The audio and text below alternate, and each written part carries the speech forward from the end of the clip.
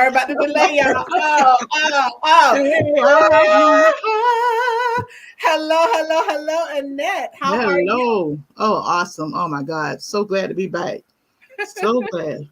Seems like we've been gone forever. I know. And hello, movers. How y'all doing? We are so grateful to have you all with us tonight. You have tuned in to Can We Talk, brought to you by Movement Worldwide.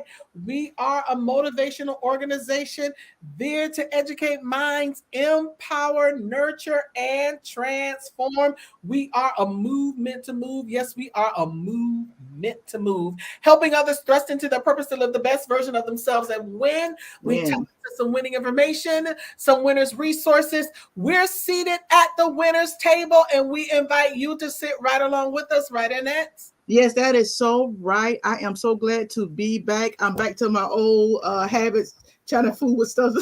I say something no change. Now we've been going all the time today, messing up together.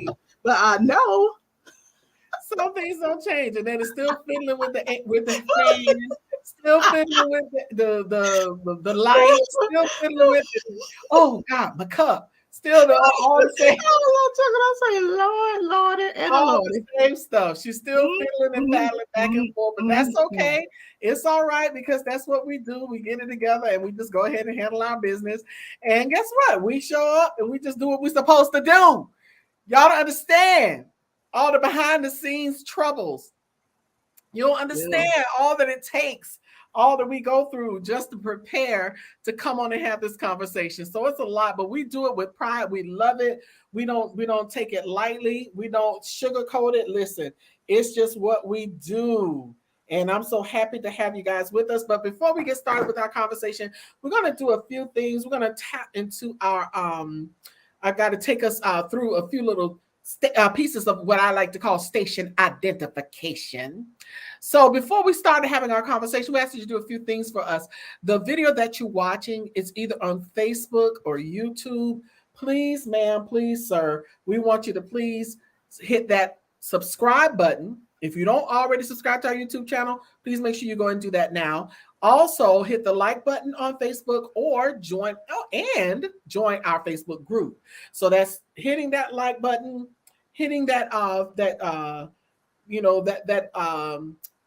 that button, hitting that like button, hitting that subscribe button. Sorry, y'all. And getting my tongue getting a little twisted. Everything getting all screwed up right here.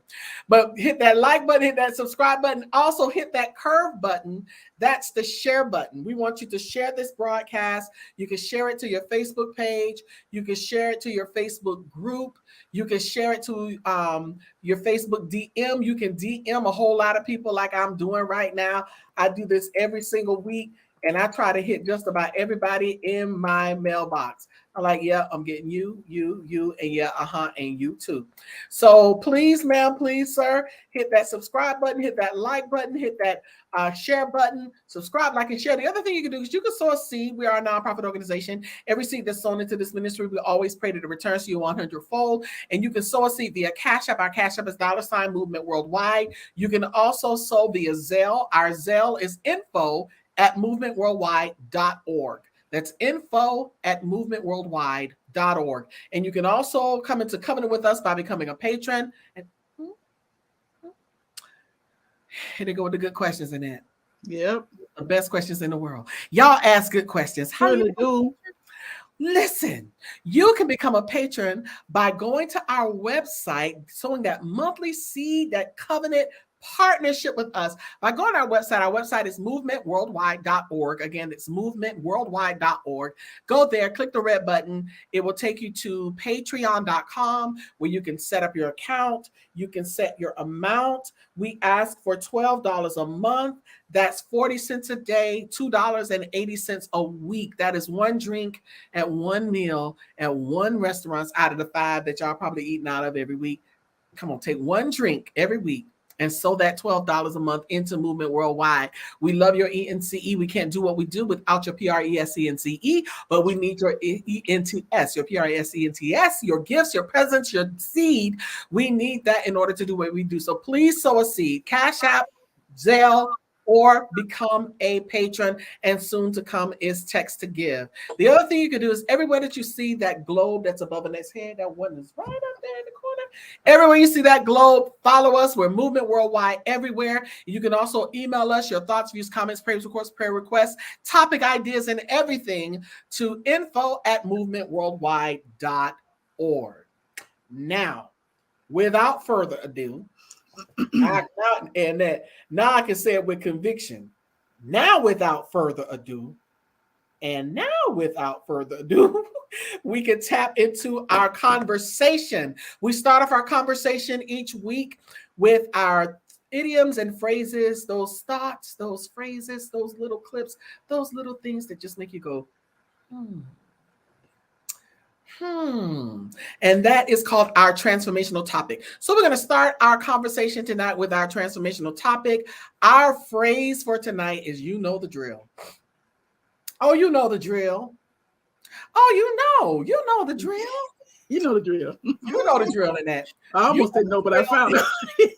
You know the drill is an idiom that means the person is assumed to already know what needs to be done, or what usually happens in a situation because of familiarity or practice.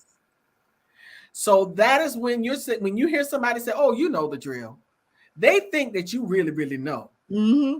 And there have been times that, I don't know if this has ever happened to you, Annette, but there have been times that it's happened to me where people are like, oh, girl, you know the drill. And I'm like, I don't know if I know the drill. So with that being said, now here we are talking about this, you know the drill tonight, so that we can clarify this for a lot of people. Preparing for an emergency situation might not be the most exciting thing to do with your day, with your time. I know we get frustrated with drills, but it's undoubtedly very crucial because emergency drills are a vital part of ensuring safety at workplaces, at schools, in all aspects of life. You should even drill yourself with certain things as it relates to your home. And a lot of us don't. And then we end up like, oh my God, we're lost if an emergency occurs because we have not prepared ourselves for crisis. And we have crisis with things like fires and floods and earthquakes, tornadoes. You know, we have to prepare. We live in Florida. We have to prepare for hurricanes all the time. And in that case, we do know the drill. We know to have 7 days worth of water in your house. We know, certain things that we can try to prevent, the damage from happening, or try to prevent ourselves from being caught up in the disaster. So emergency drills are a vital part of what we do.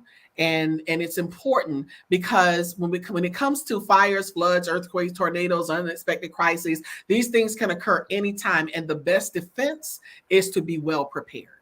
Yeah. Fire drills at school, emergency drills at work, annoying the emergency broadcast system that interrupts your television program. This is a test of the emergency broadcast.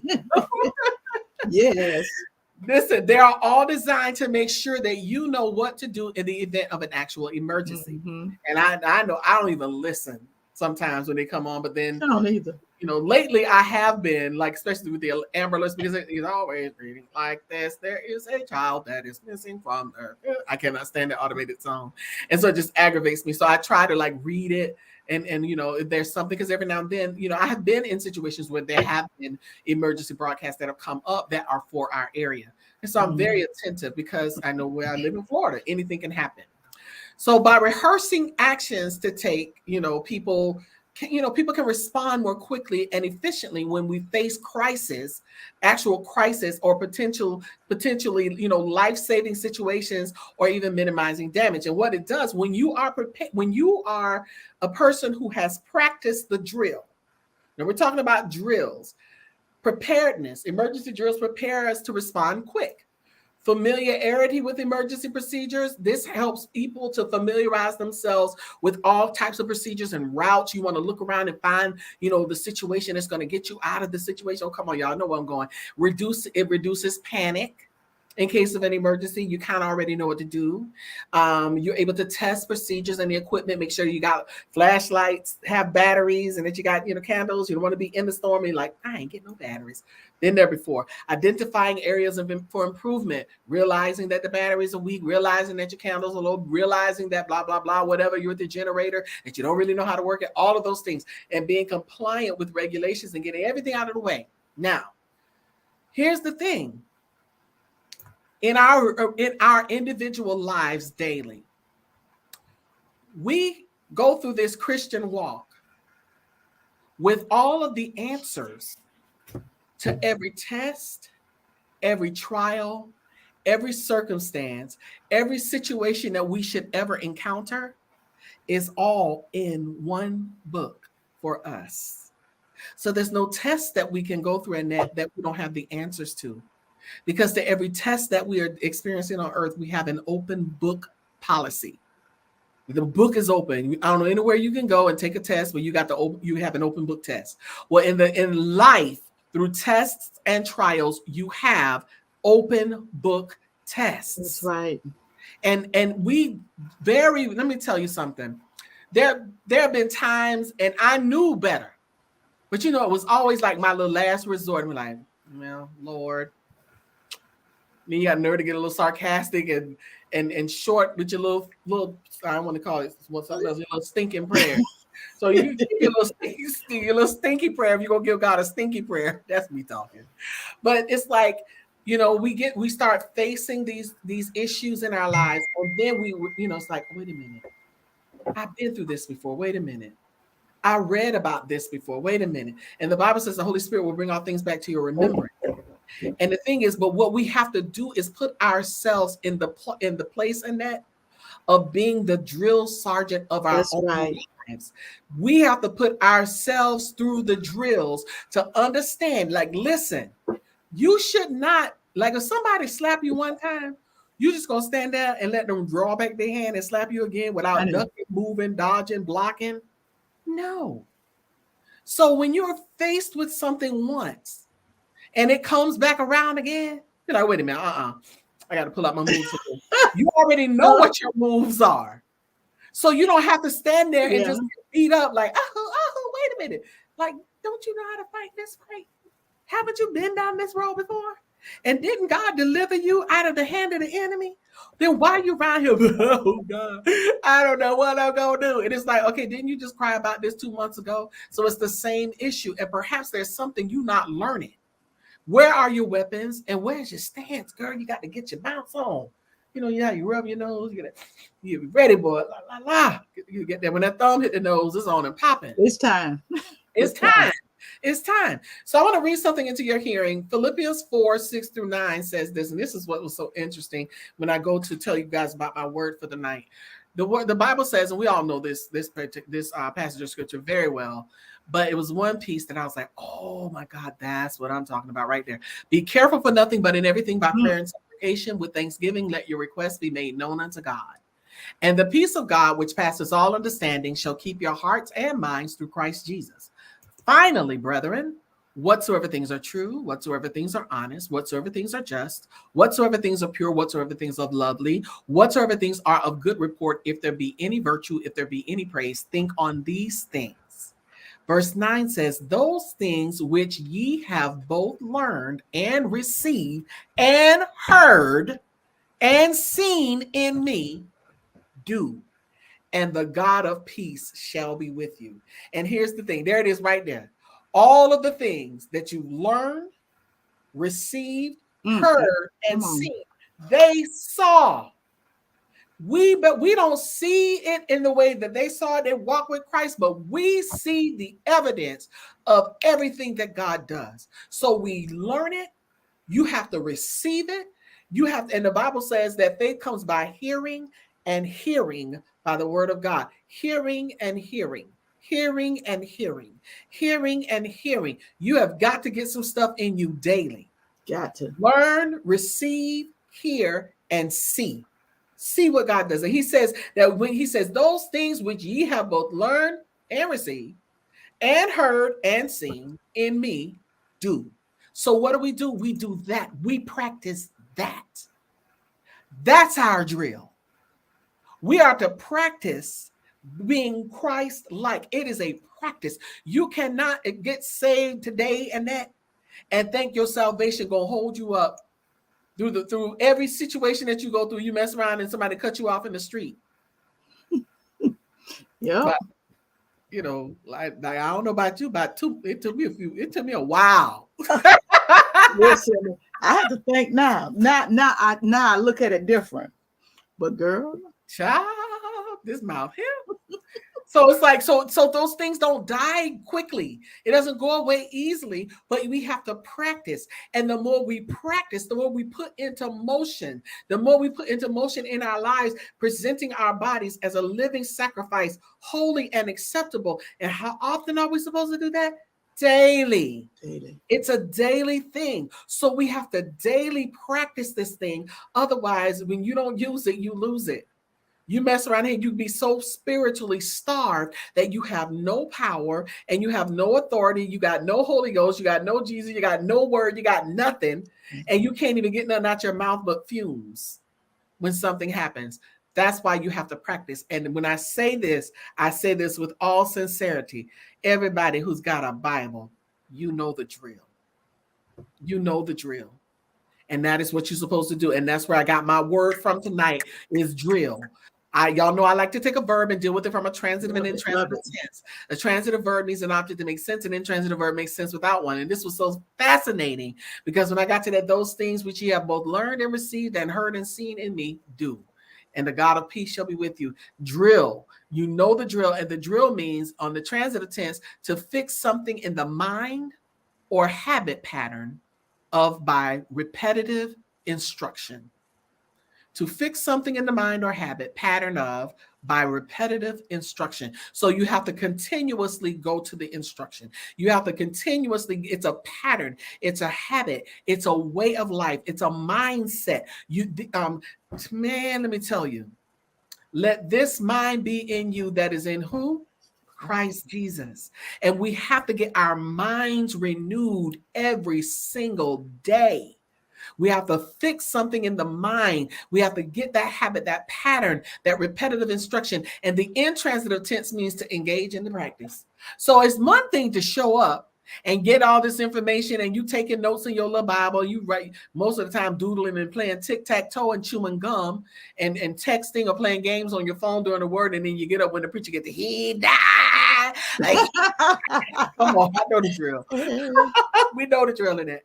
So, but the thing is, it's one thing to show up, but when you actually engage, when you actually put yourself in the middle of the thing and you actually do something, you know, remember our saying was from the beginning is that we show up and we engage. And when we show up and engage, is one thing to show up, but you got to do something when you get there. When you show up to the practice and you engage in the practice, you can't help but win. Show up, engage, win.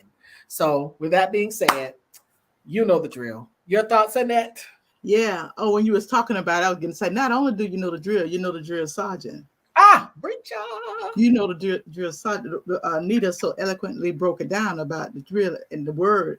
The word is the drill, but we got to know who is the living word. And that's Jesus. That's our drill sergeant. And so you know, and you was talking about living in Florida house. A lot of times we're not prepared. Listen, I be running around. I'm better now. We run around trying to get a battery. We don't have no candles. We know every year. Since we need to be prepared. We know the drill, but we still run around like we don't know. As it is in the natural, so it is in the spirit. So you know the drill. So yeah, that was really good, Anita. I was thinking, I said, yeah, I'm guilty. I know. And the first time I say this, prepare. Are we ready? Are we preparing ourselves? Are we doing what we need to do? Come on. So yeah, I want to touch on that. All righty. Well, that was our transformational topic, and I hope it blessed you as much as it blessed me and as much as it blessed Annette. So right now, before we go to the next part of our conversation, it's time for our Can We Talk toast. Can we talk and then bam, bam, bam. I So love it's it. time for us to go to the next phase of our conversation. Can we talk? Yes, we can talk. All right, good people. But before we do, we're going to pause for just a moment. We're going to go to have a quote from the quoteologist herself. We're going to pause for our Annettism brought to us by Annette L. Anderson. And after that, we'll be back with the next phase of our conversation. You can still share while we're gone, but we will be right back.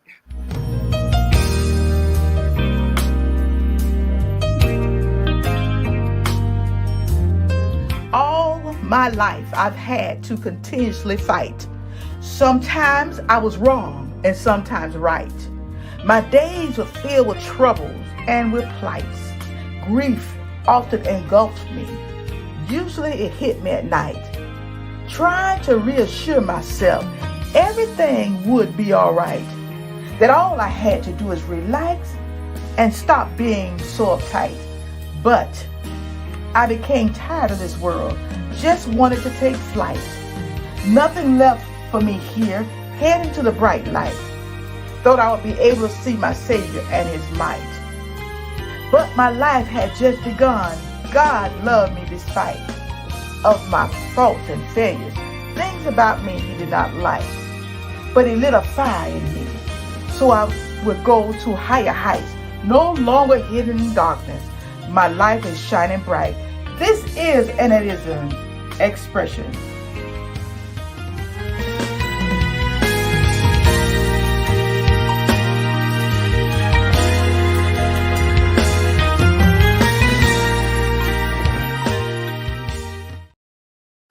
Hey.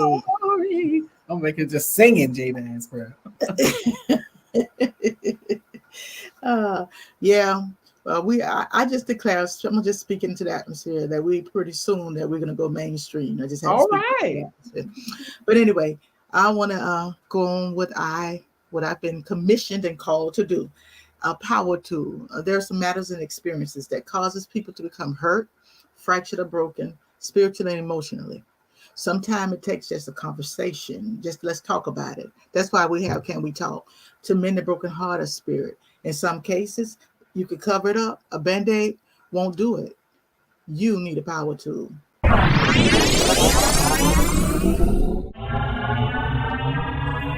Power tool. My power tool tonight will be it's time to take off the cape. It's time to take off the cape. Faster than a speeding bullet, more powerful than a locomotive, the man of steel fights a never-ending battle for truth, justice, and the American way. From his blue uniform to his flowing red cape to the S shield on his chest. Superman is one of the most recognizable and beloved DC superhero of all time. The man of steel is the ultimate symbol of truth and justice and hope. He is the world's first superhero and a guiding light to all. You know, he was the good guy, the tip of the spear and revolution that would change the landscape of pop culture. Superman was just the last. He was just who he was. He was Superman. And when I was growing up, I loved Superman because I know he was going to come save the day. He was there to save the day. He was the last survivor of the doomed planet Krypton. He was raised in Smallville, Kansas. Superman he's a legend, you know, but you know, when I began to look at he was a hero. He had compassion and responsibility. And so many times, even with us, we like that. And that's what I liked about Superman. There was always the bad heroes, but lack thereof, I say heroes, but they were bad. But Superman was different.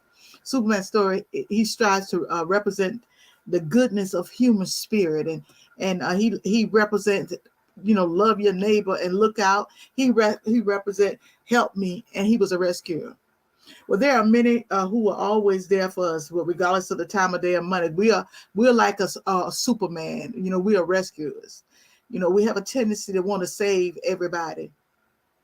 And when you look at the life of rescuers, sometimes it starts early developing, even as teenagers, where they want to, you know, help somebody. They want to save the day. They want to be the one that's there when you need them. We often learn that the only way to connect to others is to rescue them. And then there are people, the rescuee, that takes advantage of the rescuer. Sometimes the rescuer is always there. We feel like we got to be there. We got to make sure you're all right. But when it comes time for you to be rescued, where are the rescuees? A rescuer is someone who loves to help. They take on responsibilities, burdens, and problems of others, and they concern themselves with other lives and problems and decisions, and the list go on and on. But however, a typical rescuer don't always be authentic.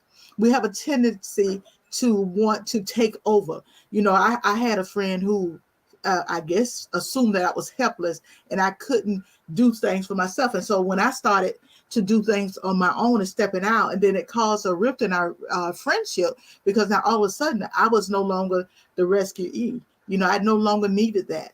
And sometimes people use that, the fact that they're rescuing people, to take on ownership of that person, ownership of how life should be with that person.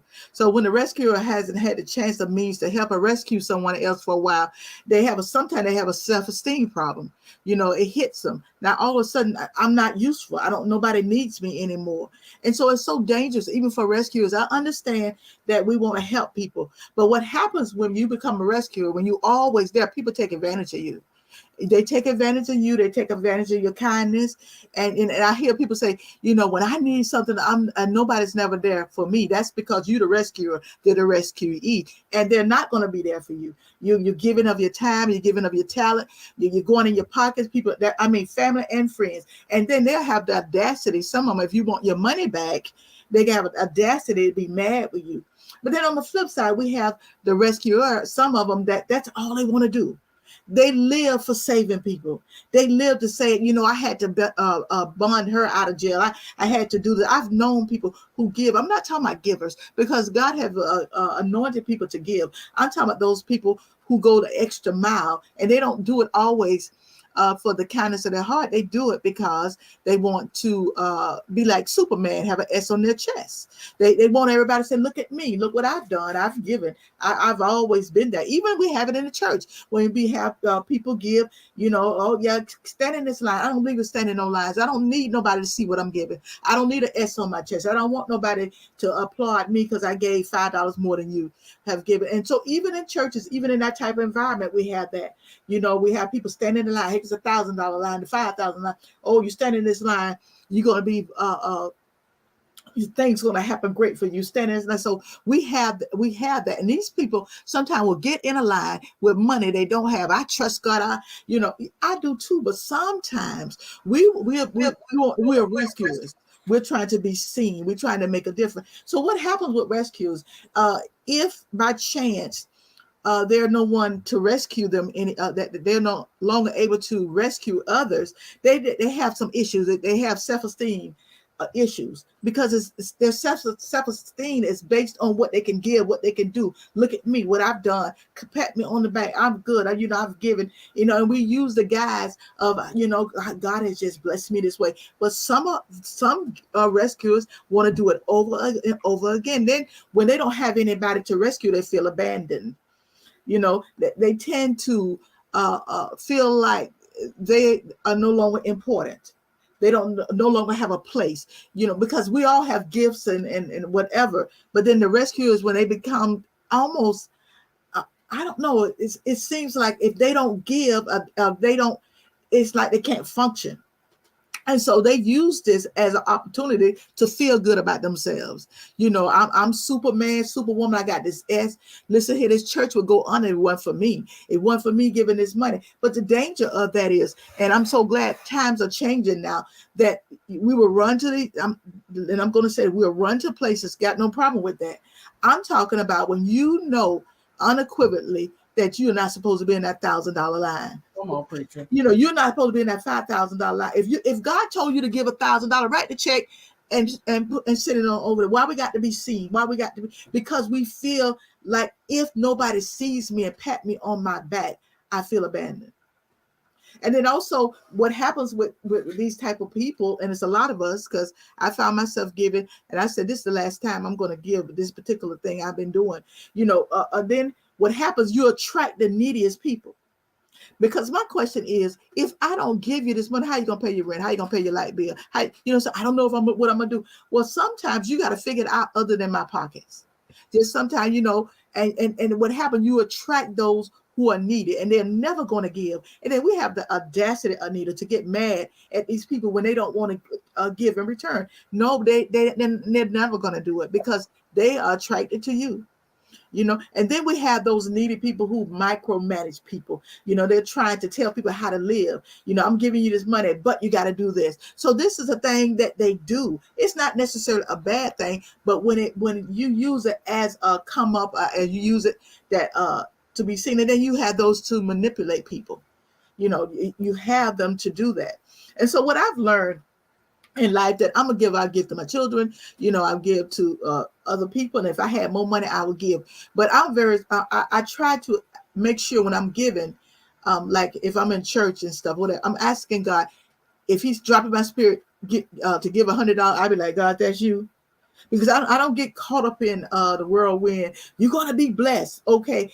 How many times people have stood in those lines, Anita, giving 5,000, 500, and God's getting ready to bless. Ain't nothing changed. No, because God, they put God's name to it, but that's not God. Mm-hmm. And that's the way of raising money. And I understand we need money. So we understand the dynamics of that. I'm talking about when you use that for a come up, that type of person. And then when you use that to manipulate, and I've seen so much manipulation in church, and if you don't give, I remember one time when I was at this particular church, we would do the pastor appreciation. We got to do the pastor birthday, and and the pastor this and the pastor that, and he's always, I'm thinking like, why can't we do it all at once? Why he got to have nobody have all that? Ain't nobody did my birthday. I'm saying that's a manipulation. And then they say, well, you're a leader, you should be able to give. I don't care if I'm a leader. I may not have it. Honestly, may not have it. So this is a adage that I believe, even for those who are rescuees, this adage said, give a man a fish and you will feed him for a day. Teach a man how to fish and you'll feed him for a lifetime. So sometimes we got to pull away, even as these givers, and stop being, like I said earlier, don't be mad when people don't return it. How many times, Anita, you've given, and you fall, and you've fallen, and the same people, I'm not talking about, because God has a way of sending people, but I'm talking about the same people. You'll go to them, they never have. You mean never? You can't never give? Ever. Never? You can't never bless me? You can't just pick, say, girl, you done helped me so much, huh? Here's this. You can't never. Why? Because they are rescuees. You the rescuer. So now you need to be rescued, and nobody there to be rescued. So pulling yourself out of the rescue role does not mean watching people struggle and doing nothing about it. It means offering a genuine support to help others help themselves. And so that's what we're supposed to do. And so when I always like to end with a scripture, whatever I do when I do these. And I went to Isaiah 5, 8, and 9. And this I think it'll tie all together. And I'll tell you why. For my thoughts are not your thoughts, neither are your ways my ways, said the Lord. For as the heaven are higher than the earth, so are my ways higher than your ways, and my thoughts than your thoughts. So never think, rescuer, that you're thinking higher than God. Sometimes that person may not necessarily need your money. They may need your prayer. You may need to intercede on their behalf, especially the ones, because there's some people. I know every month I got to pay your rent. Every month you need some, come on, saints. I'm not talking about people struggling. I dare not say, because our ministry believe in giving. I'm not talking about that. I'm talking about people who always got a hand out, but they never have a hand to lift somebody up. So when you find a person's hands already out, always out, and never to lift somebody up, you may want to look at them a little different, give them the side eye, as I said. So listen, rescuers, maybe it's just time for you to take off the cape. Maybe it's time for you to remove that S off your chest, because you can't save everybody. You can't pay every bill. You can do what you believe God is saying do, but take the cape off, because listen, you got your cape, and one day you're not going to have nothing but your cape and your S, because when you fall on hard times, sometimes that person is not there to rescue you. So that's what I have for tonight. All righty. That's what I'm talking about. And you know what, Annette, the thing is, when you look at Superman mentality, that Superman complex, yep, it's a very unhealthy thing. It is, because it's that sense of you have an unhealthy sense of responsibility or the belief that everybody else lacks the ability or the capacity to do whatever it is that you're doing. And Yeah. so they end up being micromanagers and all kinds of things. So and there was a time I wasn't quite, the one with the superhero mentality, with the complex, but I was always trying to save somebody. Mhm. And it's like, girl, if you want to sit yourself down, you can't even save you. Yeah. Yeah, I was reading the thing. I'm like, you can't save you, so just chill, sit down somewhere, and let God handle His business. Yeah. And because perhaps you are in that person's way for learning the lesson or whatever it is that they need to learn. So let them learn. Sometimes you just gotta let a person fall, because you can only say it so many times and they ain't listening to you anyway. So sometimes you have to just go back, you know what? I'm washing my hands of this, because you end up getting a heart attack while that person going on doing whatever they're doing. Especially you get a little piece of money, they know, oh man, they got everything. Oh, you sure can't tell me that. So thank you so much for that power tool that we always need. I'm telling you, it rips that Band-Aid off, and it just tells it like it is. Lola, I see you, darling. It tells it like it is. And a lot of times we need that instead of us sugarcoating everything all the time. Sometimes we need that little harsh dose of reality. Like, stop trying to be Superman. Stop trying to be Mother Teresa. That was mine. I was Mother Teresa. I was always, bringing in stray cats and trying to help, and then their problems become my problems. Like, child, just stop. And I stopped. And when I stopped, I got my life back because my life belonged to everybody else that I was getting engulfed in. And, and that's just the truth, though. So thank you for that. Sometimes we need that reminder. All right, good people. Now it's time for us to move to the next phase of our conversation. But before we do, we're going to pause for a little bit of station identification. We thank Annette for her incredible power tool. Now we're going to pause for station identification, and we'll be right back. There's still time to share. You don't want to go nowhere yet. Let me tell you, it's on and popping today. So just go on and chill for a minute, grab you something to drink, and come right back. But while you're out, share it with somebody and let them know to come on to the conversation. We're going to pause for our commercial break. We'll be right back. Walk into your God-given destiny with power and conviction with Power Walk Sunday. Each and every Sunday at 10 a.m. live on multiple platforms.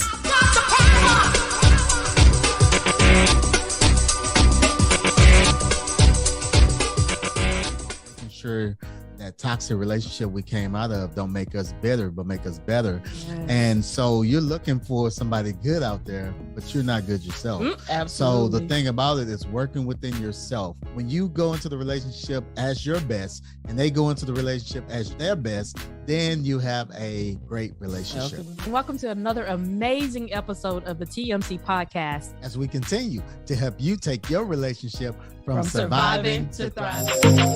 TNT, that's Tuesday Night Talk with Annette L. Anderson, every Tuesday night at 9 p.m. live on multiple platforms. Go where you can soar. That's Speak It, Orated, Articulated, and Reverberated.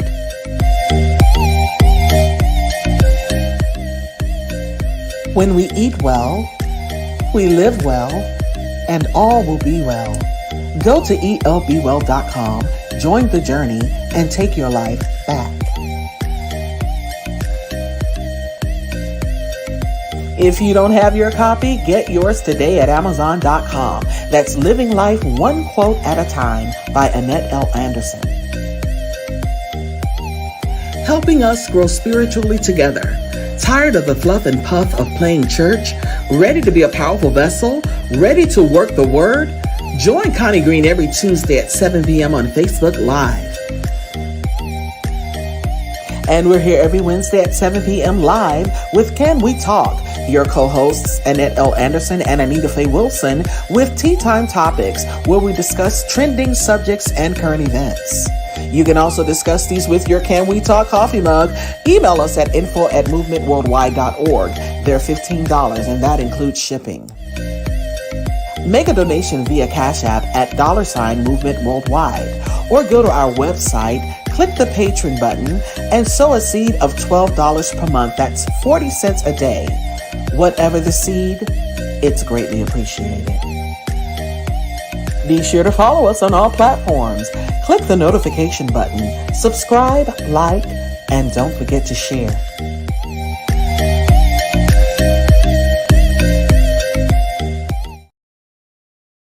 It's that time. Tea Time Topics.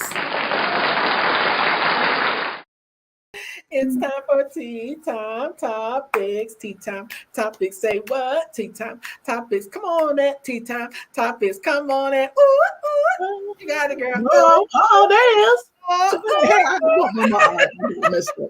I had to warm it up a little bit. wait a minute now. I found the girl. All right. All right, now it's time for Tea Time Topics, my favorites. Hello, Elder Sharon Elaine Green, Prophetess Elder Sharon Elaine Green. Well, we're going into our Tea Time Topics, so we're going to start with our first topic tonight. God help me, Jesus. Make sure I got them all in. 1, 2, 3, 4, 5, 6, 7, 8, 9. Yep, we got them all in. Our first one, bam. Yeah. Y'all would start me off. Lord have mercy. She got me coming out the gate, y'all. Why y'all face covered? That's how she headed. Yeah. Why y'all face covered? Look at the picture. Why y'all face covered? Last weekend, the Texas-based white supremacist group Patriot Front took to the streets of Washington, D.C. to rally in the nation's capital.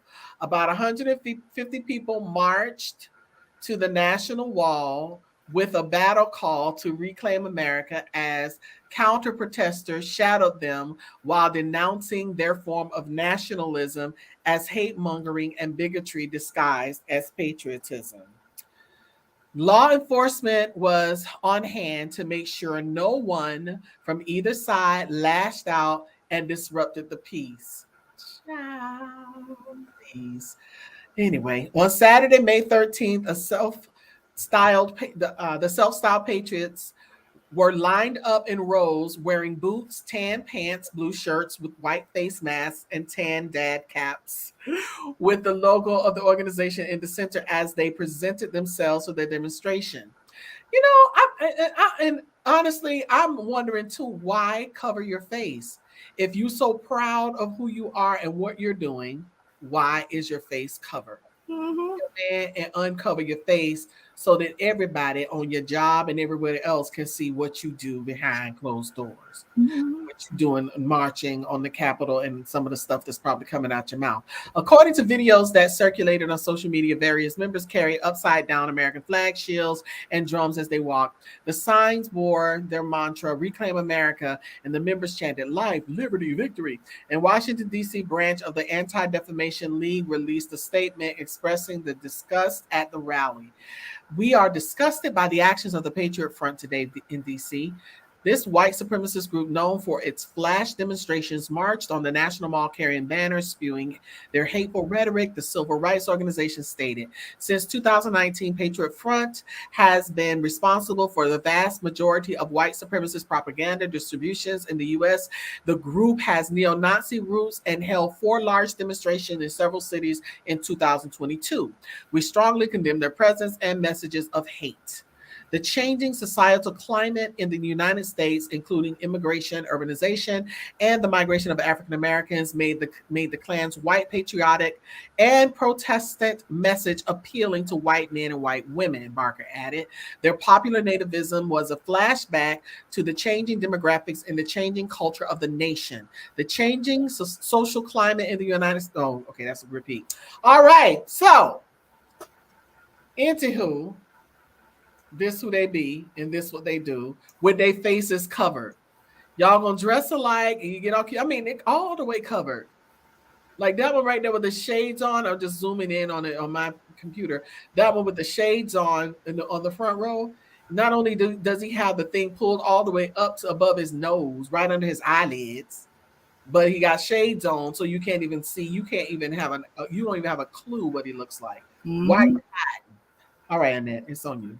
Well, they know. Well, the problem is this: they know they're gonna lose their jobs. They're in the communities where they live in, because we've seen it happen.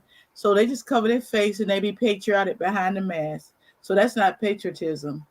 You're a coward. Because if I believe in something, I'm gonna stand flat-footed and say it. But they're not going to, and you're gonna. That's silly. And they put those clothes on so nobody can identify them. Because eagle eye, like, wait a minute, ain't that Bob that lived 2 doors down? So they do that. So hey. Well, it's what they do, and so they can keep hiding. But you're still a bunch of losers. You're still a hot mess, and we still give you the sad trombone. Little message. Yeah. You know what, Nita? Only difference is we keep our sheets on the bed. They're just a new form of sheets. Exactly. Yeah. Exactly. All you did was came out with a different sheet. You just cut the sheet a little shorter. Just cut it. Yeah. I guess the hoods and everything just got too hot, so they just kind of changed the uniform a little bit. It's the same thing. All right, fellas, come on. Woo! Gosh, y'all would have me come out the gate like that. Come on, fellas. Come on and take us to the next topic. Moving. We keep it moving. So my next topic here, I always have a little saying, don't mess with black woman hair. That, I have to put that in there. A federal judge ordered an Alabama company to pay former employee more than $800,000 for retaliating against her after she complained of discrimination of her hairstyle. The Veta Key worked less than 2 days in 2017 for the Dynamic Security, which provides service for Hyundai plant in Montgomery, and hired her to work in the mailroom there. Key contended that after she informed her supervisor that she was pregnant, they told her she couldn't have her hair in dreadlocks. Although Key offered to change her hair or wear a hat, according to the suit. The company fired her and claimed she was unwilling to abide by its dress code. She sued in federal court in October 2019. The jury ruled on March 30th that Dynamic Security improperly retaliated against Key after she told supervisors and human resources that she felt discriminated against. Key said that she did not get a chance to show her work ethic. So I never got an opportunity to show them who I was as a person, Key told AL.com this week. Key said the decision to go to the United States Equal Employment and Opportunity Commission and file a lawsuit was a last result. She initially hoped to resolve the issue internally and continue working with Dynamic Security, she said. Concerns about her hair initially emerged during the interview, according to court documents, when an interview asked her about Hyundai and Dynamic Security hairstyle policy. Another person involved in the conversation looked at Key's hair and approved it if she wore it up.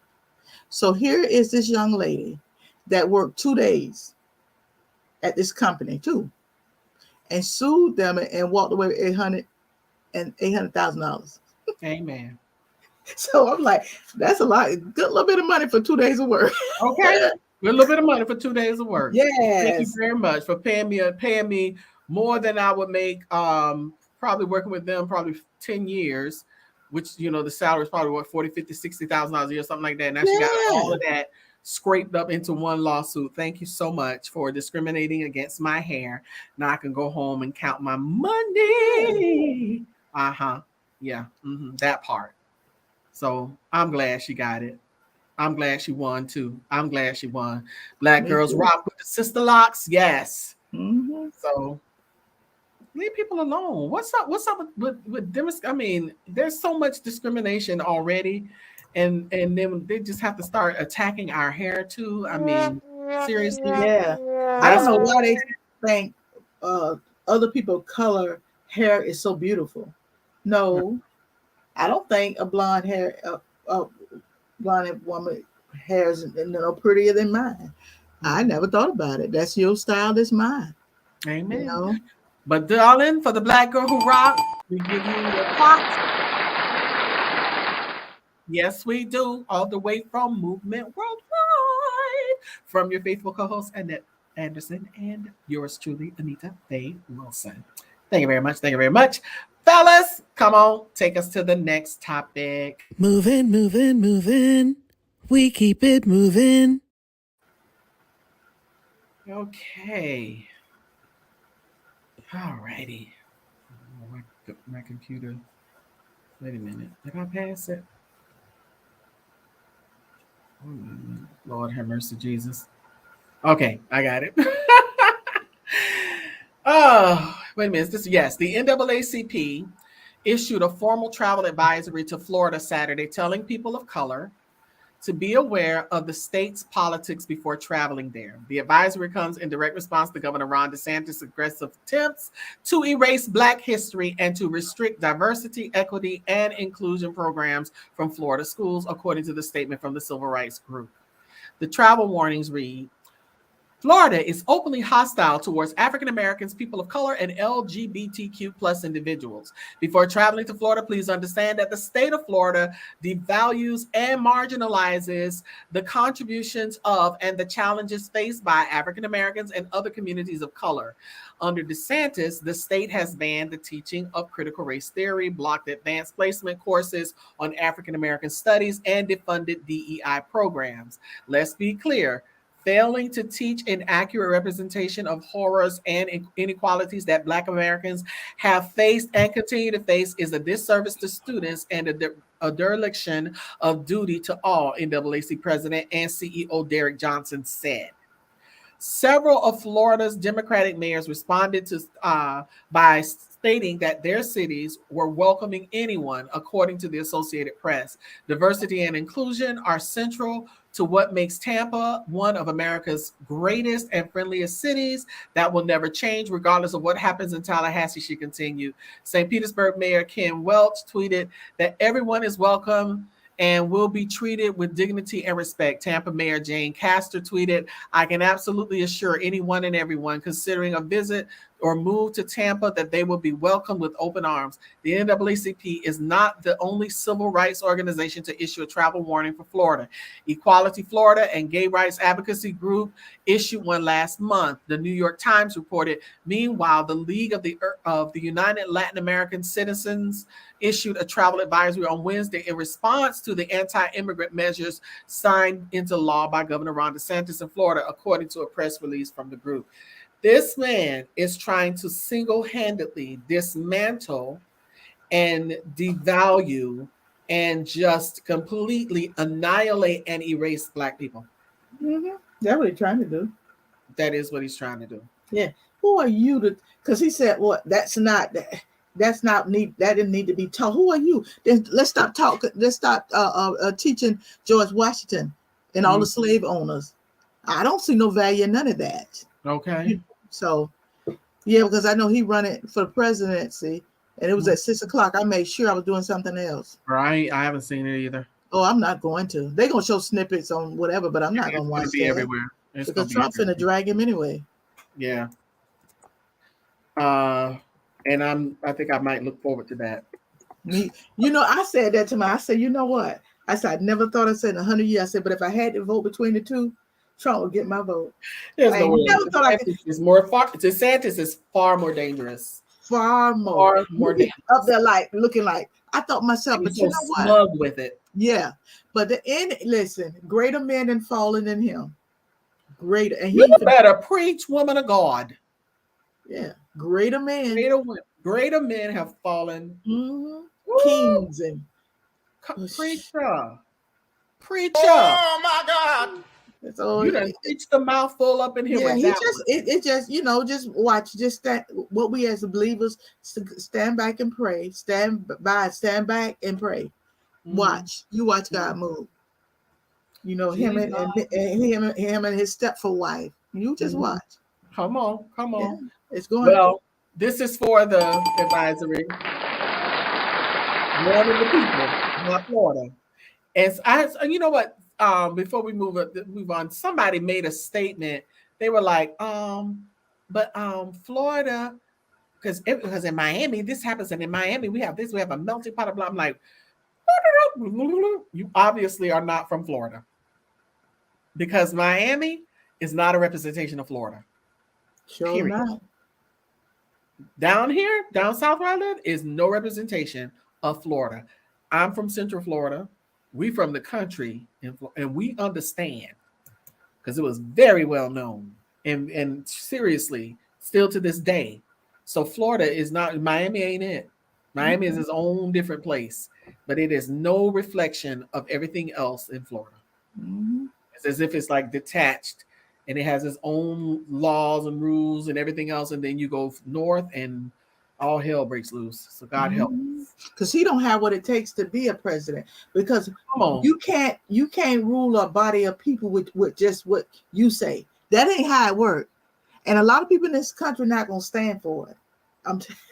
He don't have what it takes to be he just don't have what it takes. And his day coming. Oh, it's a new chef in town. You wait. I was watching The View this morning, and they were talking about his I guess the teaser that his wife posted or tweeted or something, and they were saying how he because he walks out, you see him from the back, then he stands and you see his profile. He never says anything, never looks at the camera. You only see his profile and you only see him from the back, and then you see him walk through a curtain. So it's like, he and Whoopi was like, okay. She said, you know what? I don't know what it is about him, but he lacks. And they were saying, okay, first of all, he has no presence. None. He lacks that magnetic ability to draw people. And it's going to be interesting to see how he's going to try and do that, because of course he used Elon Musk to make his announcement. Of course, Elon Musk has like millions of the whole world. When you hear Elon Musk's name, the whole world is about going to show up. So whether that helps you or not, that's like influencer marketing. They do it all the time on Instagram. Okay, so you had Elon Musk, but still, there's only so far you're going to be able to go with your scripted responses, because I swear everything that comes out of his mouth, it sounds like he's been standing in front of somebody saying, okay, say this. And when you say this, hold your hand up and shake your head. It does not look authentic. He has never looked authentic to me from day one, from the day that he was reading. You're right. Fake reading Donald Trump's book to his toddler son. Yeah. Really? And then you got on he had on a onesie with Trump or something. So my thing is this: even if you don't like Donald J. Trump, he has a personality and he's bold. You know where he's coming from. You may not like it, because he don't need to be leaked either. But this man here, I don't know. It's something's off there. And his wife, she need to be praying too, girl. Then you just she was on something talking about woke. Girl, you almost was asleep. Come on. Woke. Girl, what? Come on. With your hair that the wind don't. I mean, she's a pretty lady. I ain't gonna say nothing about her because I don't want to go there. But I'm thinking, like, really? He better because he needs. But see, Elon Musk is he trying to build his that business back up. Okay. So if he could use you, that's because Trump probably say something about him. Not Trump call people names. So he do. Yeah, he does. Well, he finna eat him. I'm gonna watch them too. I'm gonna watch them fight. I want to see that fight. Because that's above my pay grade. So I'm just gonna sit back and with my popcorn. We'll watch. All right. We're gonna get off of that, y'all. Yeah, we are. All right, fellas, come on and take us to the next one. Moving. We keep it moving. All right, she's gonna get her popcorn. I'm gonna get my popcorn. Girl, this should be some good old stuff. It's about to be on popcorn. Yeah. All right. A jury returned a split verdict from Florida. Parents sued McDonald's because of their 4-year-old daughter was burned by what they describe as an unreasonably hot chicken nugget. Felina Holmes said she ordered her son and daughter 2 6-piece chicken nuggets, Happy Meal, for McDonald's drive-thru in Broward County in August 2019. The employee handed her the Happy Meal box, but failed to warn her the food was hot. Well, don't we want hot food? Anyway, her daughter dropped one of the nuggets while they were driving. Holmes said the nugget got stuck between her daughter's thighs and the seat and the car seatbelt. Okay. She said that her daughter started screaming in the back of the seat, but Holmes didn't realize why she was screaming until she was able to pull over in a nearby parking lot. Holmes said that is when she discovered the burn marks on her daughter's inner thigh. Holmes and the father, Roberto Carbello Estevez, sued McDonald's and its franchise operator Upchurch Foods for $15,000 on the grounds that they failed to warn them that the food was unfit for human handling, let alone consumption, according to the lawsuit. The chicken nuggets inside of the Happy Meal were unreasonably and dangerously hot and caused the victim's skin and flesh around her thighs to burn. The baby was burned. The lawsuit stated. Yes, He was burned. Shit, yeah. So they look, God, them things were hot. A jury found that McDonald's and Upchurch Food failed to provide instructions for the food that would have prevented the second-degree burns. What kind of instructions? Anyway, Fisher or Redavid law firm, the family's attorney, released a statement on Thursday past evening after the jury decision in the court in South Florida should remain decision in court. And so I think I cut some out of here, but anyway. But they disagreed with the finding, and their thing was our community here in South Florida should remain confident that we will continue serving safe and high quality food, just as we've done for more than 50 years at Upchurch Management restaurants. Both sides agreed that the nuggets caused some burns, but McDonald disagreed with the verdict. It continued, "This was an unfortunate incident, but we respectfully disagree with the verdict." But she was burned though. She was burned. I don't know. But you know what? They had a problem before though, Annette, with the hot apple pies. It was because somebody burned their tongue or something, and they had to put it on the thing, caution, hot. They had to put a caution sign. Now, I have been, and I know from working.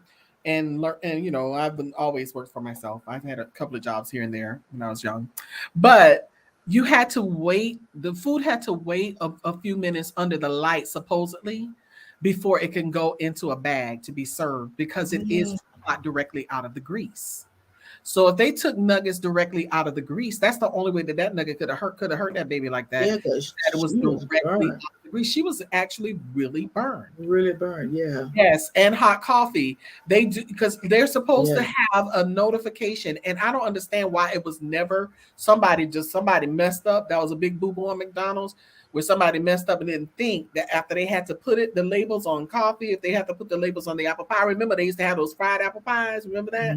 And one of my friends' moms, she's like, "Mama, it said caution that it's hot. The filling is hot inside." She's like, "Oh, they just put that on there." She bit that thing, boy. That thing burned the crap out of her tongue. She was spitting hot apples out everywhere. But I've been in that situation before, and they do be so hot. Yeah. Now they don't. I don't even think they have those. I think they bake the apple pies now, but back then they used to fry them. They used to hot fried apple pies, and those things would be hot on the inside. And nuggets, like stuff like that. Sometimes there will be a pocket underneath the skin where it's just holding grease. And you have to be careful, and especially when you're serving. I mean, if they are serving that to kids, it would be mindful that you would wait the allotted time in the window. And it's supposed to be once you put those fries in the little thing, how they put the fries in the little thing, and then they're putting fries and they sit them up there for a few minutes. They're supposed to sit for a few minutes because a certain temperature is not supposed to be on the food when it's served. Now that much I know. So that was sad. Well, they haven't determined how much they're going to give the family, but they're going to decide that later this year. That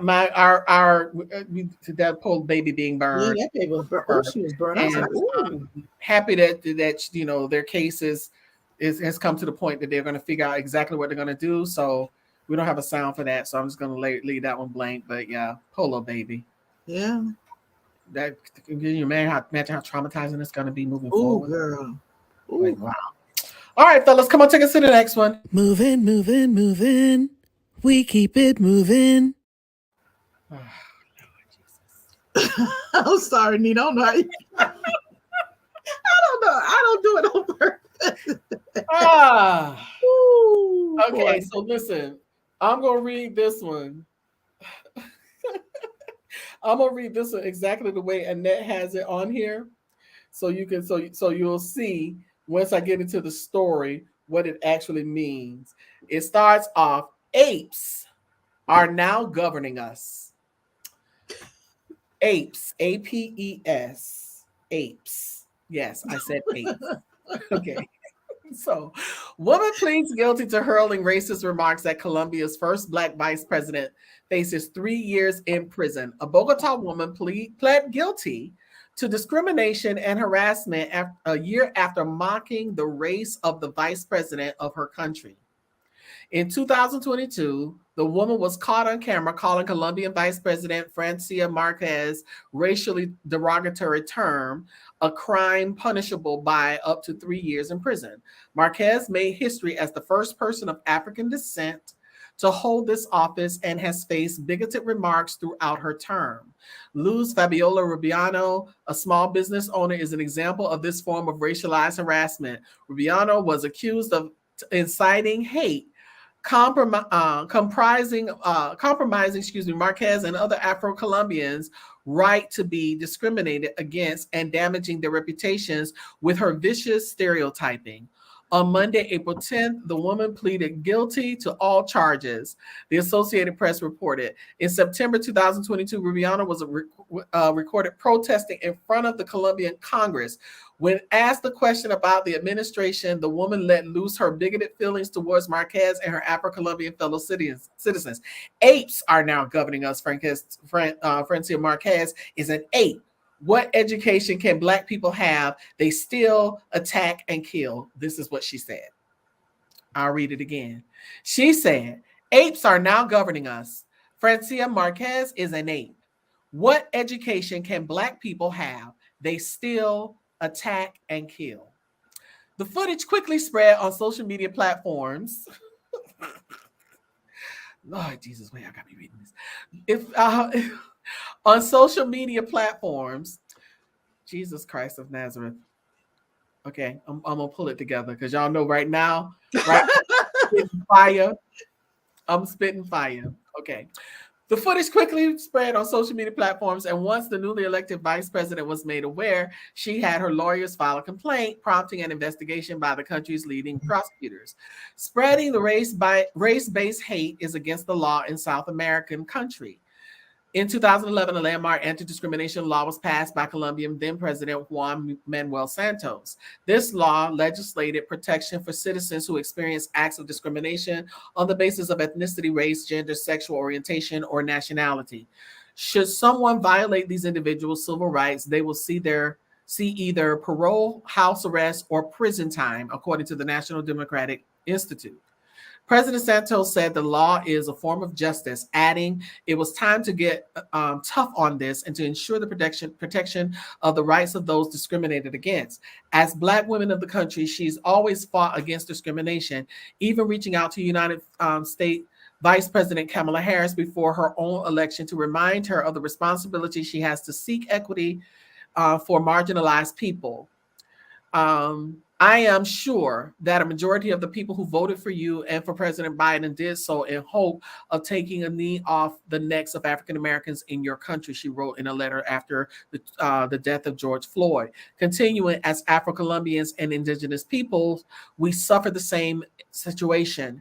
Those who have imposed armed conflict, lethal politics, gender bias, violence, structural racism, they keep their knees on our necks. Before Marquez was publicly targeted by Rubiano, a report was released detailing how Harris was the recipient of thousands of sexist, racist, and hate-filled messages on Twitter. You know, it's one thing. People say they want to see change. People say they want to see growth. But when you hear of situations like this, it shows just how much people just don't want to see change and don't want to see growth. You know, they don't. It's like, we get a Black woman who's elected as a vice president for the first time in our history. And then, I hate to say this and that, but I got to say this. I can't believe I'm saying this out loud, but I'm going to say this out loud. But sometimes Black people are so easy. We will jump with every rumor, everything somebody has to say about somebody, and just jump on it at face value. And I don't get that about us as a culture. It's like we've got to stick to and stick by our people, because if we look at it, if you look across the board, now things are all of a sudden, people are trying to change laws and change history now, but we're missing the people like John Lewis, Rosa Parks. They're gone. The Martin Luther Kings and the Coretta Scott Kings of the world, those civil rights leaders, they're gone.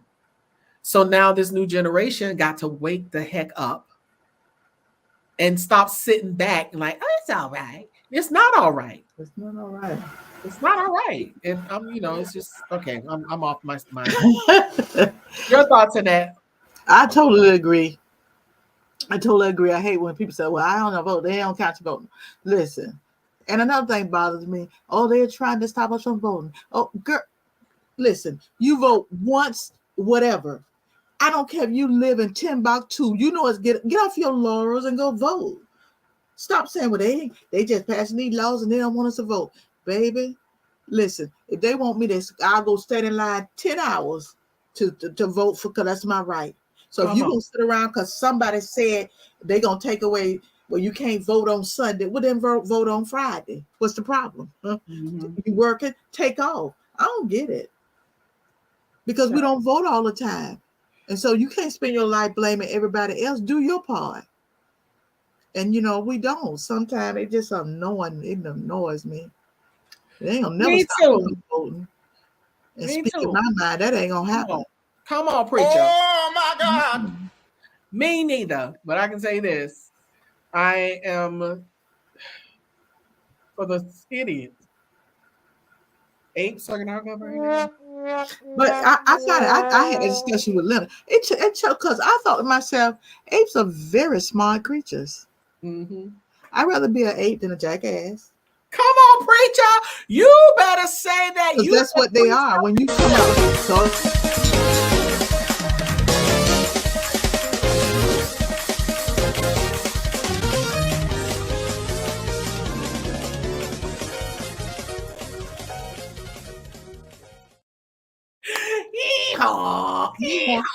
I'd rather be an ape than a jackass. What animal they sent to the moon or wherever they went when they went up with NASA? It showed it was a monkey, because they're intelligent. So what are you saying? Intelligent. Exactly. And the lady who said it, you know why I don't get as mad as I used to? Because most time when I read something, I go and look, even on social media, go look what they look like. I said, okay, that settles that. All righty then. You looking like the butt of the ape, but you got the audacity to talk about somebody? Are you kidding me? You got the Stop that. Degrading people like that. I mean, it don't bother me. So, but for some people, it's people don't like it. But anywho, we gonna move on. Anywho. Now you done spoke up in here. She done preached. She done hooped. I'd rather be an ape than a jackass. Oh, God. Because that's what that is. Because all they do is make noise, nothing intelligent. And then the same rhetoric over and over. That's what they do. Anyway. I'd rather be an ape. That was good. All right, fellas. Come on, take us to the next one. Moving. We keep it moving. And this, it was all a ploy so they could get him out the way because they already knew. But anyway, federal prosecutors notified a federal judge that they wanted to dismiss the indictment filed against Gillum and his longtime associate and co-defendant Sharon Letman Hicks.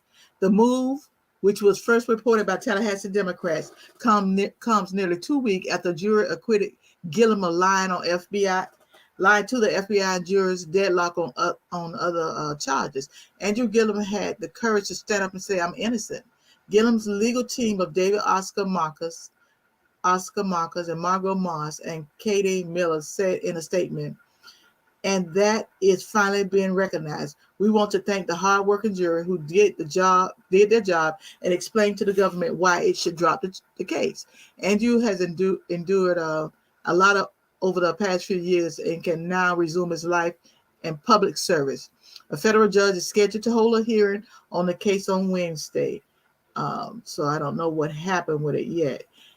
When it is anticipated, he will act on the motion this came from the prosecutors. Gillum on Monday afternoon tweeted out a screenshot of the government motion in which he said, but God. All right, you better go to Jesus. Mm-hmm. And an emoji including hands in prayer. Gillum was a rising Democratic star who narrowly lost to Satan, Satan, I ain't gonna in the because I don't. Yeah. Anyway, in the 2018 governor's race, during the election, DeSantis used the ongoing federal during the election, DeSantis used the ongoing federal investigation into corruption at Tallahassee City Hall to pound his opponents, even though Gillum would not be charged until 4 years later. But the Tallahassee Democrat reported that the jurors had voted 10-2 in favor of not guilty on conspiracy and fraud counts. In a statement given to the paper, jurors called the two holdouts biased against Gillum, and the government case was beyond flimsy. On the day he was acquitted, Gillum was asked by a reporter when would he be on the ballot again. He replied, "Oh, get out of here." Yeah. So this was a sit up to get they were threatened. Yeah, to get Satan's son in there, Satan Jr. in there in the office. But see, sometimes it's just like Trump. Y'all wanted him until he got in there, and then a lot of y'all was behind closed doors talking about how you didn't like him. But you got him in there. You got him in there. You got him in there. You got him in there. Even they said the jurors came and said it was flimsy, and that the two holdouts was biased. Foolish. Yeah. But even so hey. Oh well. Yeah, well. And the sad part about it is, and I had put this up for my comment though, Annette, is that you have to be real careful who you allow in your circle, because everybody doesn't want to see you win. And you get around people who are there for an assignment to actually take you down. And when people drug you, get you in compromising situations, taking photos, all of those things, and that's what happened. It's like, dude, you have to be careful. You can't let everybody in your circle. Yeah, you can't. I think the only thing saved him as they talked about it, but they never found drugs in his system. He was drunk, told I'm drunk, and he had vomit everywhere. So he was sprawled out. This is crazy, But that dude, listen, all that was a plan because they knew. Because even with Obama, they couldn't find nothing on President Obama. Or they went back to when he was in first grade coloring outside the lines, and they couldn't find nothing. You're so silly. So but him, you gave ammunition and they used it. But you know what? All is not over because I'm learning, Anita. Sometimes it just ain't your time and it ain't your turn. Listen, people have come back. We got an ex-president been charged with raping a woman or whatever he was charged with, amongst other stuff, and he's still there. Ooh, Trump. So hey, but you know what? But I'm happy that he got his. Me too. Now y'all can shut up. They accomplished what they wanted to accomplish. They ain't got a problem with it. They ain't got a problem with him walking free. They did. They got what they wanted. They wanted him out of the way so they can get the Satan in there. That's what they wanted. They got him. And they're going to wish they hadn't gotten this. And the Satan done went and rigged up things so that if he don't win, he could still come back and just pass a law. I'm going to play. Well, because he knows it's a good chance he ain't going to win. Child. Anyway, Trump going to drag him. We have got to turn Florida blue and get him out. All right, fellas. Yeah, Trump gonna jam. That's gonna be a show. Come on, fellas. Take us to the next one. Moving. We keep it moving. All righty. So, Nigerian immigrant businessman Yemi Mobolade has been elected as the first Black mayor of Colorado Springs after defeating Republican Wayne Williams in a runoff election on Tuesday. Mobolade, is it Mobolade or Mobolade? I don't know. I'm going to say Mobolade. As an independent with zero political experience, will succeed Mayor John Suthers, who is also the former Attorney General of the state of Colorado. Mobolade ran against 11 other candidates in the April 4th election, but the election entered a runoff after one of the candidates won 50% after none of the candidates won 50% of the votes. KRCC reports that the mayoral election is nonpartisan, but Colorado Springs, Colorado's largest city, is widely established as conservative and Republican. Mobilade will be the first non-Republican to hold the office since Colorado Springs began electing mayors. This is our win. We are Colorado Springs. It is a new day in our beloved city, Mobilade said in a speech Tuesday night after his victory. Colorado Springs will become an inclusive, culturally rich, economically prosperous, safe, and vibrant city on a hill that shines brightly, he said. Born in Nigeria, Mobilade moved to Colorado Springs in 2010 and co-founded two restaurants, the Wild Goose Meeting House and Good Neighbors Meeting House. A married man with 3 children who started a career in a quality control manufacturing, Mobilade is well known in the business community in the city. Besides setting up the restaurants, he is also vice president of business retention and expansion in Colorado Springs Chamber and Economic Development Corporation. Mobilade campaigned on housing and infrastructure, crime and safety, and police reform. The political newcomer told KRCC that his number one priority after swearing in is to ensure that we are all on the same page with my vision and our vision, as well as establishing a good culture within city administration. All righty then. Well, you better be the first. You better come all the way over here from Nigeria. And win in 10 years. In 13 years, you win a political seat in the city that you moved to in 2010. You better do it, bro. You have a lot lately. Democrats, a lot of Republicans are, of course, supporting their candidates, but there's been a lot of Democrats coming back. So, I'm proud of him. So what y'all got to say? Because, we don't have a problem with the immigrants as long as they come in here the right way. He came in the right way, and now he is the what, mayor? Okay. Uh-huh. When half of y'all parents came here the wrong way. Oh, come on. That's what I'm saying. Didn't even come here the right way. But we applaud him. We give him a movement worldwide. Can we talk? Applause. Yes, from movers. You keep on moving and you keep on shaking. Yeah, he did good. All righty. 100%. All right, fellas, come on, take us to the next one. Moving. We keep it moving. All right. Fearless Funds invest in first black-owned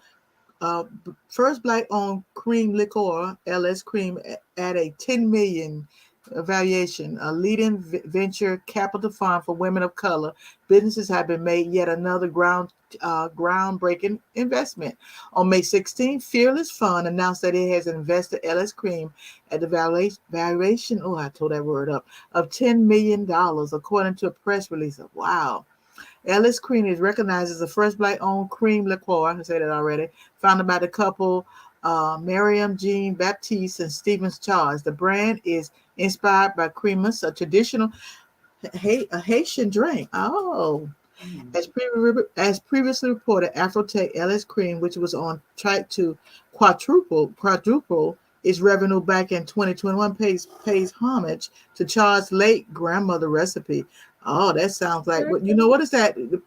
My grandma used to make moonshine. In addition, Jean Baptiste and Charles launched LS Cream to cherish Charles' grandmother's legacy while inviting others to experience the Haitian culture.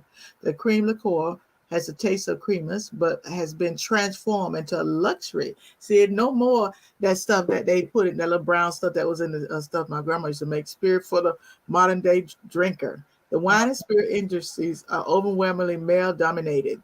The women of color stories and legacies are significantly underrepresented, Jean Baptiste said in a press release. Fearless Funds, which I love that name, I love that name. Fearless Fund investment in LS Cream will allow us to scale our business and increase our distribution footprint in the U.S. while expanding our presence in our current markets. LS Cream mission is to introduce a new generation of drinkers to the luxury and versatility of cream liqueurs. Was a standout to Fearless Fund, which is known for investing in companies that aren't afraid to shake the table in their respective industries. Okay. So that's why it's called that. All right. We are always looking for trailblazing women of color who are pushing the boundaries of their respective field. And LS Cream is a perfect example of that, said Ariane Simone, co-founder of Fearless Fund. After many test tastes from our team and personal tax. Sound like they got drunk to me. I don't know. Everyone agrees that LSP is a delicious and transformative product that is sure to become a staple in the wine and spirits industry. Okay. Yes. Okay. Uh-huh. They say numerous tastes. Now I'm like, look, now y'all know what it tastes like. Well, y'all had to keep going back. Come on. It probably tastes pretty. I don't know. Probably was good. And that it just had to be sure. They just had to be sure. Had to make sure that everything was okay. So that is amazing. Well, let me just see. Let me see. That's good. Oh, let me come back. Pretty good, y'all. Let me come back tomorrow.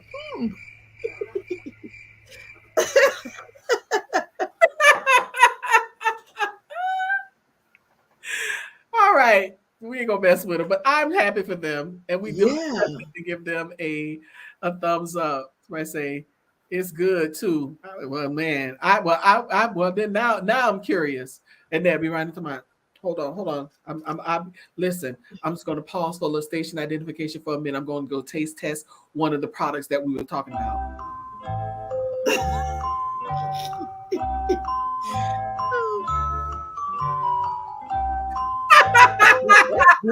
That LS cream. Okay, LS cream now. All right, but we do give them yeah, that's amazing. Yeah. We give them applause.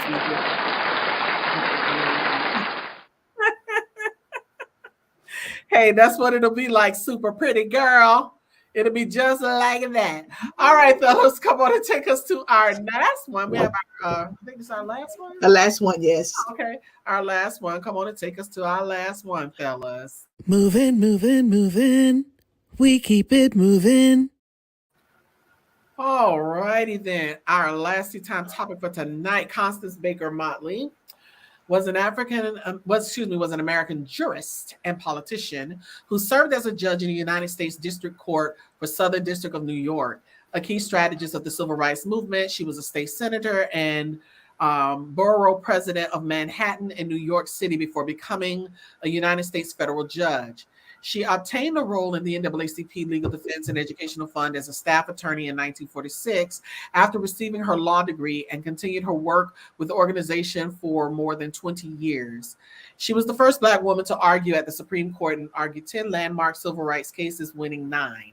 She was a law clerk to Thurgood Marshall, aiding him in the case Brown versus Board of Education. Motley was also the first African-American woman appointed to the federal judiciary, serving as a United States District Judge of the United States District Court of the Southern District of New York.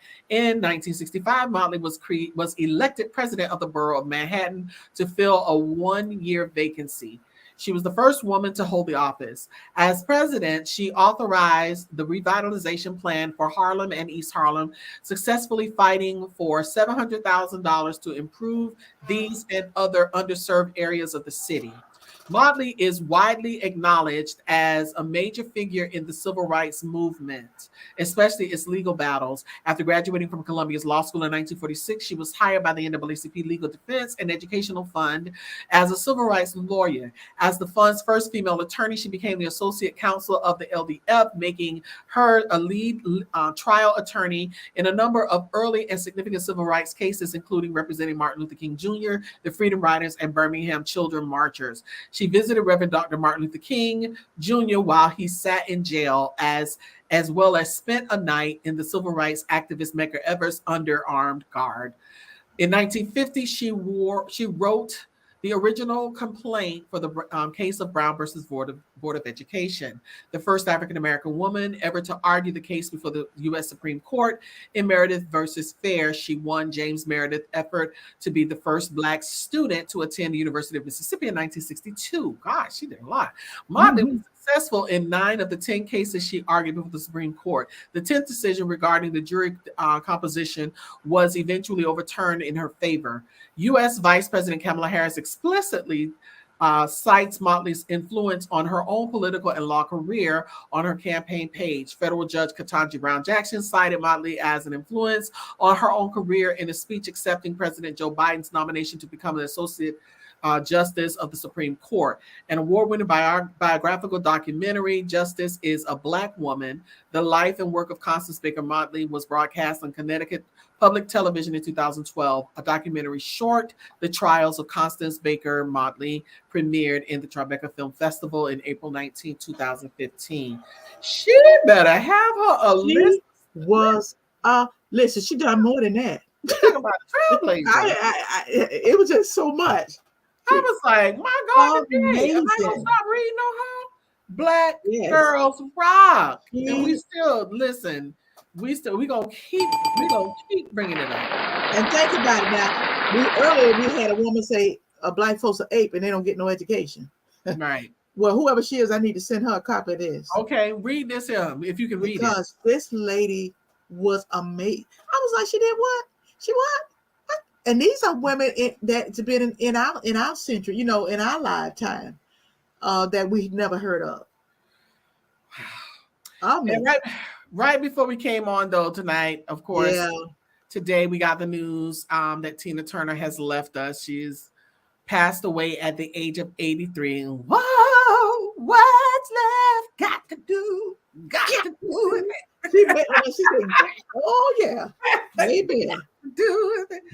Yes, definitely an icon, a woman who brought her career back in her 40s after being in an abusive relationship with old Ike Turner, and came back as an older woman and dominated the charts, changed the trajectory of her career, and sold more records than she ever did, which with all the stuff that she did with Ike combined. So, and had a movie and a whole nine, and lived a life abroad. So she has passed away. So we're definitely going to keep the family lifted up in prayer. I know she's got her one son died recently. Yeah. And then she had the other one, I think he was in a nursing home. And then the two that she raised with Ike, that she took care of those boys really too much. Yeah, she lived in Switzerland. Yeah. I was like, oh God, I don't know. Because these people we've known all our life.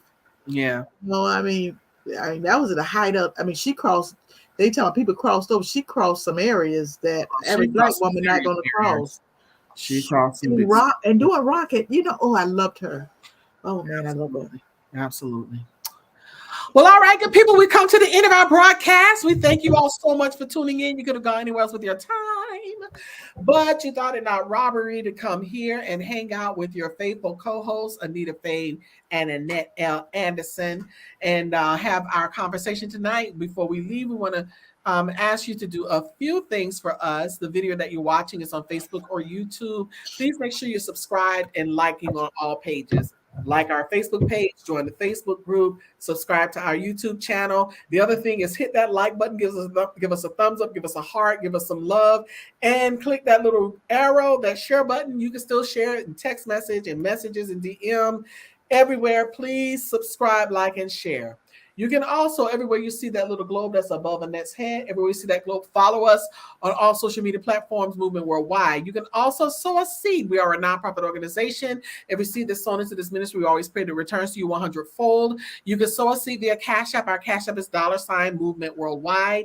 Or you can send us a Zelle gift. Our Zelle is info@movementworldwide.org. Or come into covenant with us for a monthly seed by becoming a patron. Go to our website, movementworldwide.org, click the red button. It will take you to patreon.com, where you can set up your account and set your amount. We ask for $12 a month. That's just 40 cents a day, $2.80 a week. So please, ma'am, please, sir, become a patron, or just sow a seed another way, because we definitely need the seed in Movement Worldwide to do the things that we have lined up to do and to continue to do what we're doing. So thank you all so much. You all are such a blessing. You can also email us all your thoughts, views, comments, praise reports, prayer requests to info@movementworldwide.org. Now, before we go, I'm going to give a rundown of what we got going on all week long. The week starts off with Annette L. Anderson and her incredible husband, Leonard. They start us off from her organization entitled SOAR. You can find SOAR. Thank you, Virginia. She's a great broadcast. You can find SOAR at AnnetteLAnderson.com. That's AnnetteLAnderson.com. Visit her website. See what she all about. I'm telling you, she got like a gazillion things that she do. She real smart. Y'all. So go to her website at AnnetteLAnderson.com. But she graces us with her incredible presence with TNT with the Andersons. That's Tuesday Night Talk, where we take flight and soar. That speak, orate, articulate, and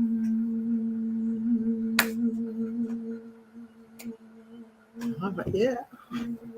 Hey. Oh, you like the prep. And that's speak, orate, and reverberate every Tuesday night at 8 p.m. live on this platform, Facebook and YouTube. And then on Wednesdays, come right back here. Join us right back again for Can We Talk? We come every Wednesday at 7. We are back now. I'm recuperating. Thank you all for your thoughts and prayers. Recuperating from my surgery. All is going well. So we are back in the swing. So join us here every Wednesday at 7 p.m. for Can We Talk, with our threefold conversation, starting with our transformational topic, those idioms and phrases that make you go, and then we rip that Band-Aid off, and we tell it like it is with the power tool.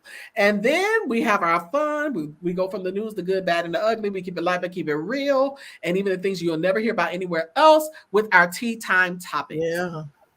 And then on Friday nights, if you're not on Clubhouse, you need to get on Clubhouse, because we'll be back, y'all. I'm going to send out a notification. We coming back to Clubhouse. We'll be back on Friday night at 8 p.m. in the Movers and Shakers room. Now go and download the app on your phone. Find us. Find that globe. Find me, Anita Faye Wilson. Find Annette Anderson. Look for our pictures. And if you still have a problem, you can always do this. Boom! Text the word movers to 954-820-5050. What? 954-820-5050. What? 954-820-5050. What? 954-820-5050. All right. Text the word movers to 954-820-5050. You will get a link right into the room with the broadcast already taking place. And you'll also get a notification every time we go live. And then on Sunday, we back. On Sunday, join us right back here on this platform, Facebook and YouTube, Sunday morning at 10 a.m. for Power Walk Sunday, where we inspire and motivate you to walk into your God-given destiny with power and conviction, where there is always, say always, Annette. Always. Where there is always a word for you. Your last thoughts, Annette? Yeah, we just want to thank everybody and just let you know that that you know the drill. So, hey, she already broke it down. We know the drill, okay? So thank you so much. All right. You know the drill. And right now, the drill says we love you, but we got to go. So we love y'all. We already gave you the rundown, so we're going to give you some love. We're going to blow kisses. Mwah, mwah, mwah, mwah. And we'll see y'all the next time. Good night, everybody. Bye. Good night. Walk into your God-given destiny with power and conviction with Power Walk Sunday. Each and every Sunday at 10 a.m. live on multiple platforms.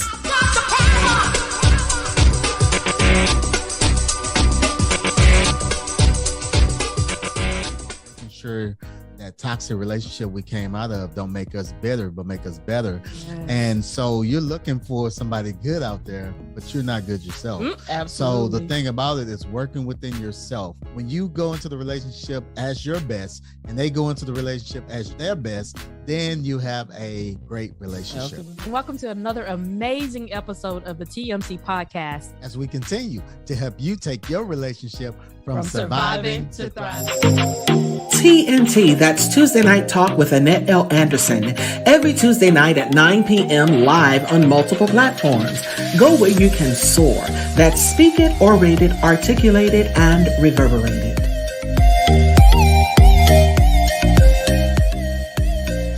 When we eat well, we live well, and all will be well.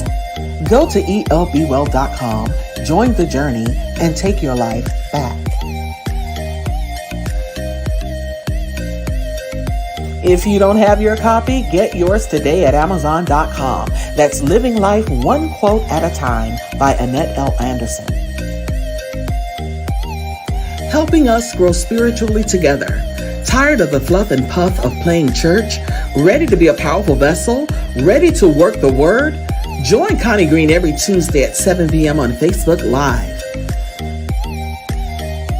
And we're here every Wednesday at 7 p.m. live with Can We Talk? Your co-hosts, Annette L. Anderson and Anita Faye Wilson, with Tea Time Topics, where we discuss trending subjects and current events. You can also discuss these with your Can We Talk coffee mug. Email us at info@movementworldwide.org. They're $15, and that includes shipping. Make a donation via Cash App at $Movement Worldwide, or go to our website, click the Patreon button, and sow a seed of $12 per month. That's 40 cents a day. Whatever the seed, it's greatly appreciated. Be sure to follow us on all platforms. Click the notification button, subscribe, like, and don't forget to share.